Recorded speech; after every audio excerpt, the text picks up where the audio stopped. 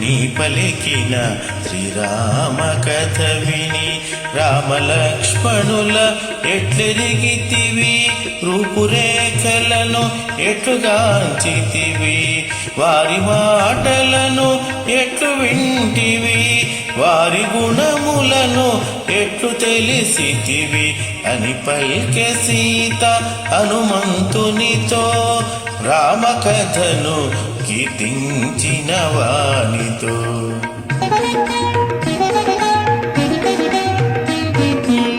సర్వజీవన సంప్రీతి పాత్రుడు, కమల నేత్రుడు, దయాసాంద్రుడు, బుద్ధియందు బృహస్పతి సముడు, కీర్తియందు దేవేంద్రుని సముడు, క్షమాగుణమున పృథివీ సముడు, సూర్యతేజుడు శ్రీ రఘురాముడు అని హనుమంతుడు సీతతో పలికే, అంజలి ఘటించి చెంతన నిలిచే.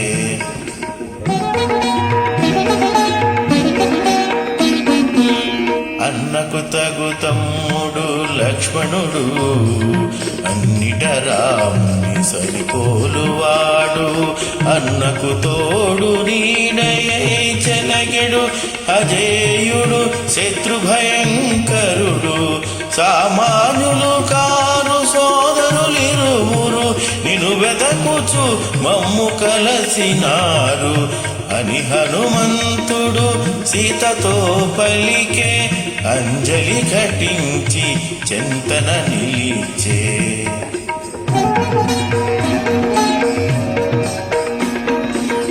పవన కుమారుని పలుకులను విని అతడు నిజముగా రామదూతయని, ఆనందాసులు కన్నులు నిండగా చిరునగవులతో జానకి చూడగా, ఇదిగో తల్లి ఇది తిలకింపుము, రాముడంపిన అంగుళీయకము అని హనుమంతుడు భక్తి మీరగను, అంగుళీయకమును సీత కొసగెను. శ్రీ హనుమాను గురుదేవులు నాయద పలికిన సీతారామ కథ, నే పలికెద సీతారామ కథ.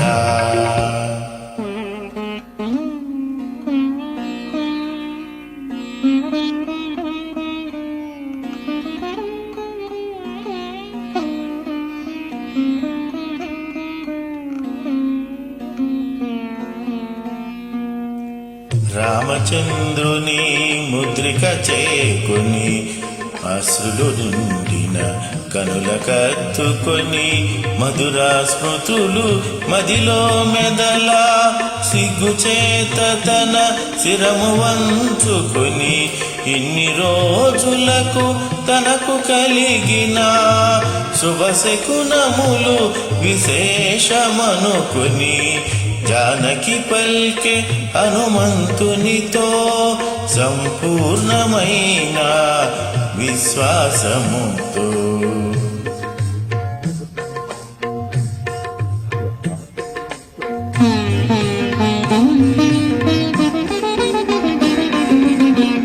ఎన్నడు రాముడు ఇటకే తెంచునో, ఎన్నడు రావణుని హతము సేయునో, లక్ష్మణుండు తన అగ్నిశరములతో క్రూర రాక్షసుల రూపుమాపునో, సుగ్రీవుడు తన వానర సేనతో చుట్టుముట్టి లంకను గూల్చునో అని పలికె సీత హనుమంతునితో, సంపూర్ణమైన విశ్వాసముతో.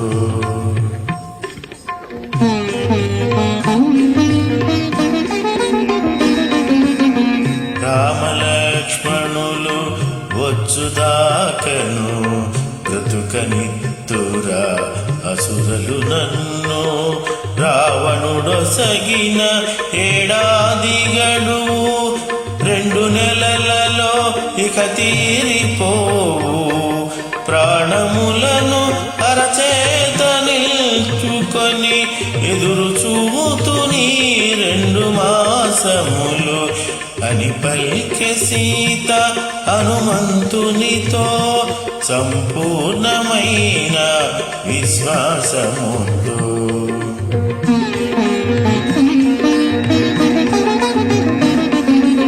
నీవలనే శ్రీరామచంద్రుడు నిద్రాహారములు మరచనమ్మా ఫలపుష్పాదులు ప్రియనవినవిగని ఆ సీతాయని శోకించునమ్మా.